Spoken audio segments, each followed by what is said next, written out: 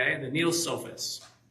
Okay, let's just go right into the summary, then we'll unpack this. We actually have, we have a lot last week and a lot this week to go through. In the late 20th century, a diverse group of thinkers emerged in Western civilization, the postmodernists. Okay, the word post means after, right? So we have this sphere of time, which is called modernism, and then you have what the postmodernists are, that which come after it. Now, the term postmodern has been criticized as being too vague, okay?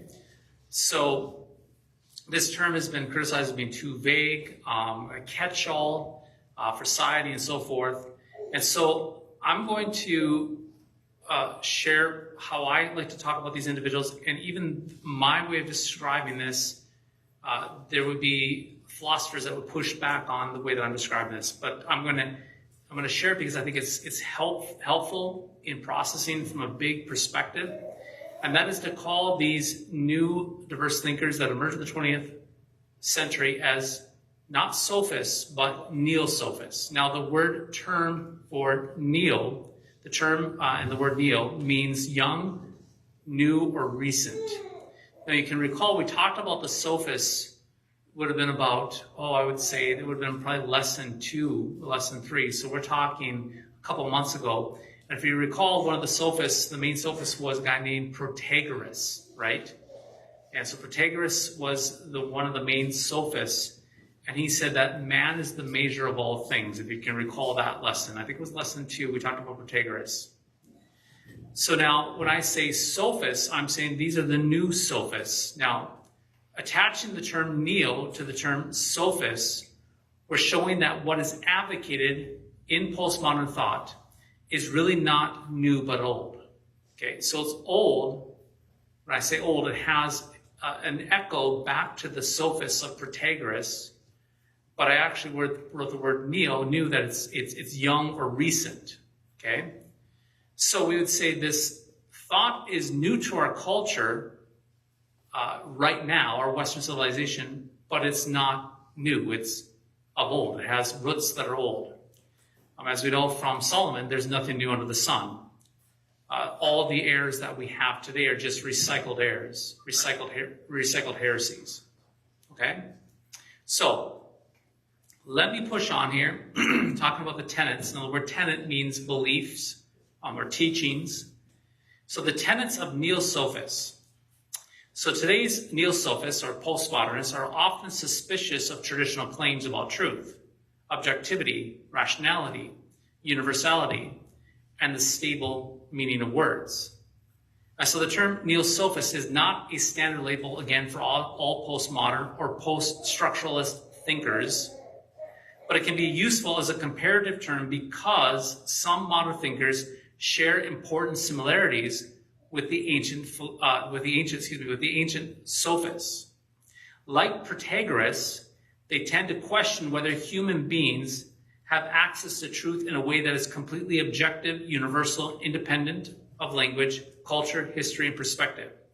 And again, I'm saying, remember Protagoras and his famous claim that man is the measure. Okay?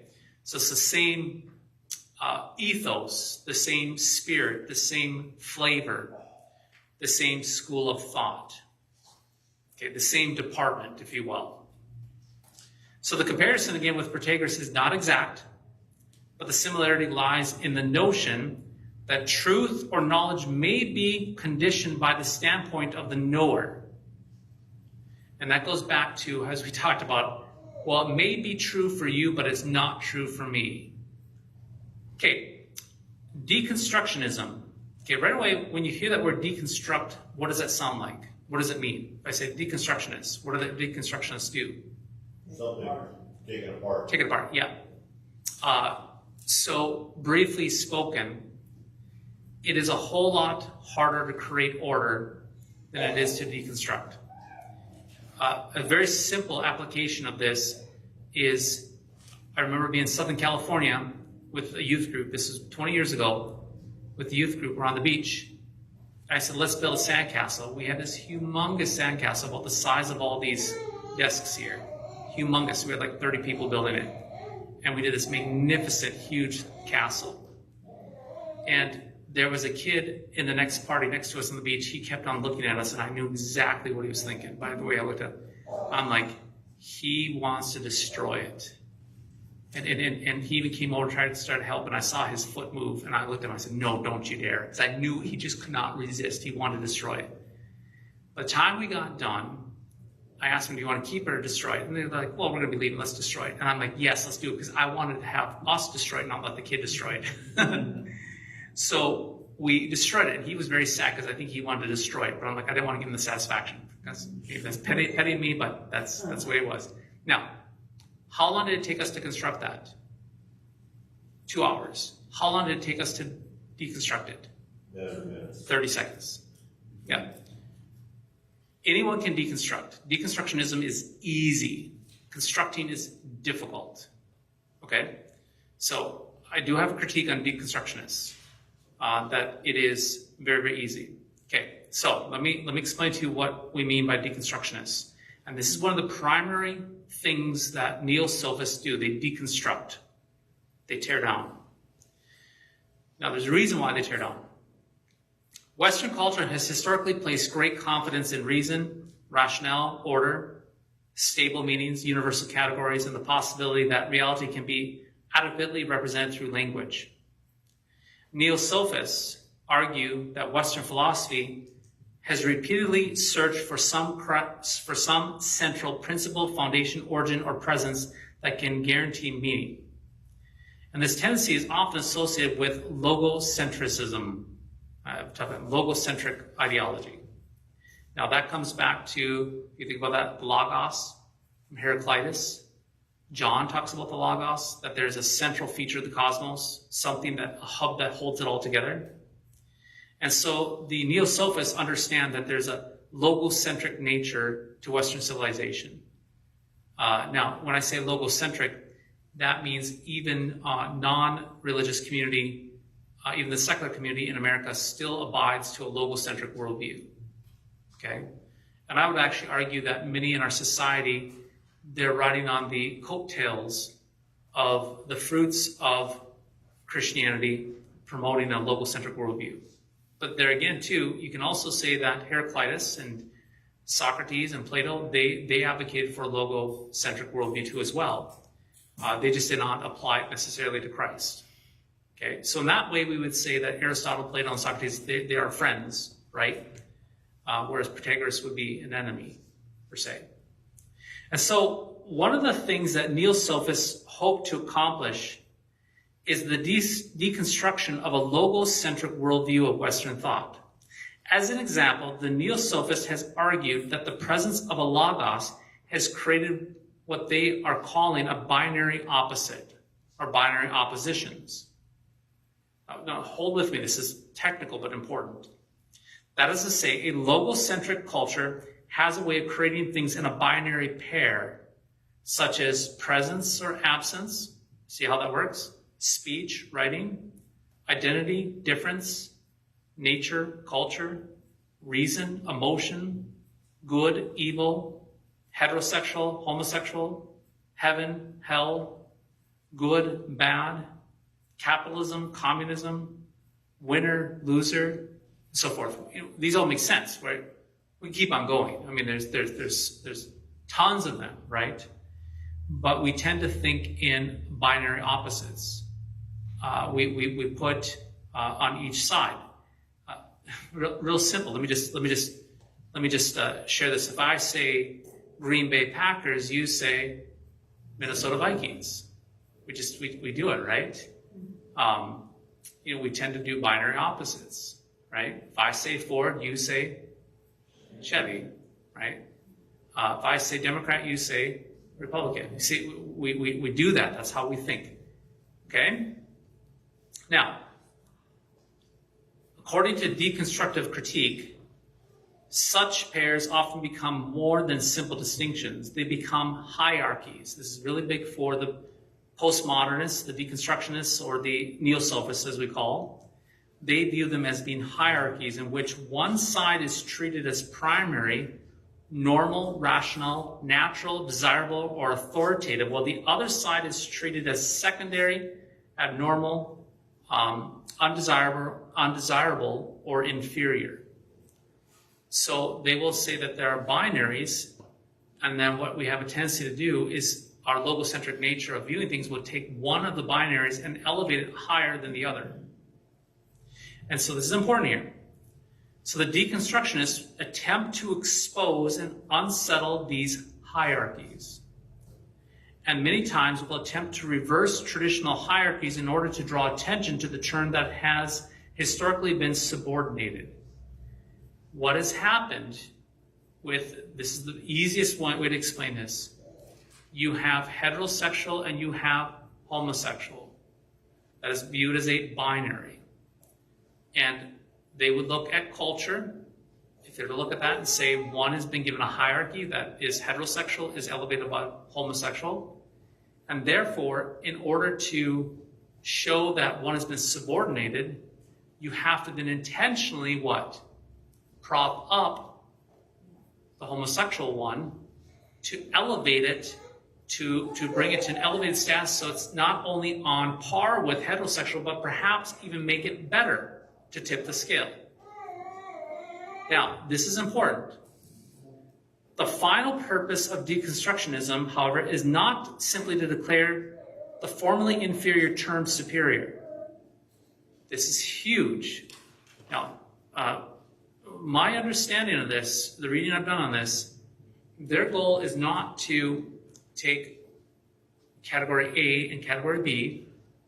We can use homosexual, heterosexuality, we can use any binary we want.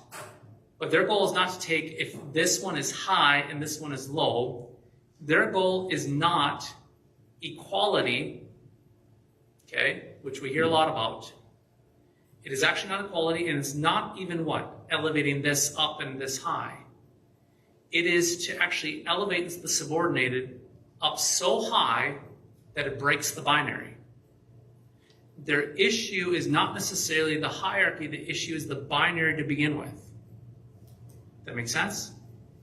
So the unspoken is deeper than just creating balance to the binary or taking one that's subordinate and elevating it above. It is to eliminate and deconstruct the binary altogether, because they see the binary as a fruit of a logocentric worldview. Okay? So the final purpose of deconstructionism is not simply to declare the formerly inferior term superior, elevate B above A. Rather, deconstructionism attempts to show that the binary itself is not as stable, independent, or self-evident as it first may appear. For the deconstructionists, their issue is with the binary. For the binary is seen as a product of a logocentric worldview.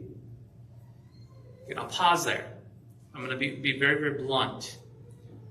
Individuals that are advocating, many times you hear in our society, for equality, I don't buy it. I don't believe them.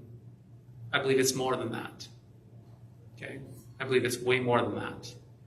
And I believe it's the attack on the binary. Now, let me just pause and say, there are some things that culture produces in a binary that is unrighteous and sinful and needs to be what?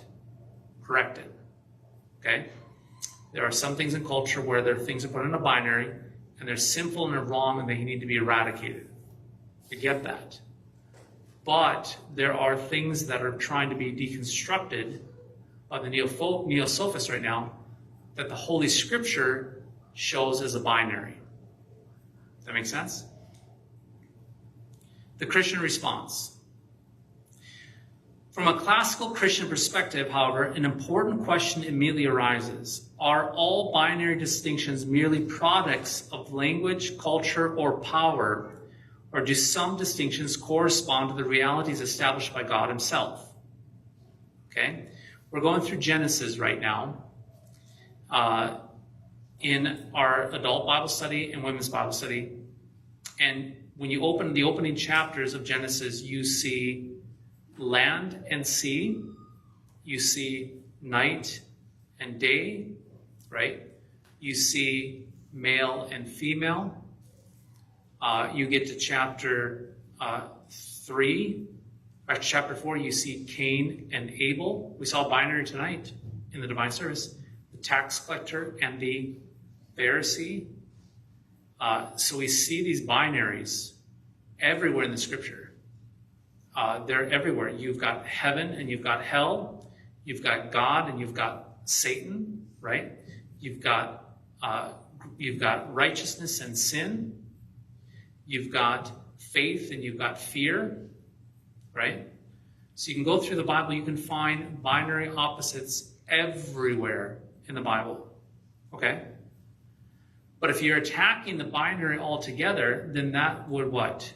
It's pulling the rug out from underneath, and then it leaves the binaries of the Bible what? Incapable of being applied or even talked about.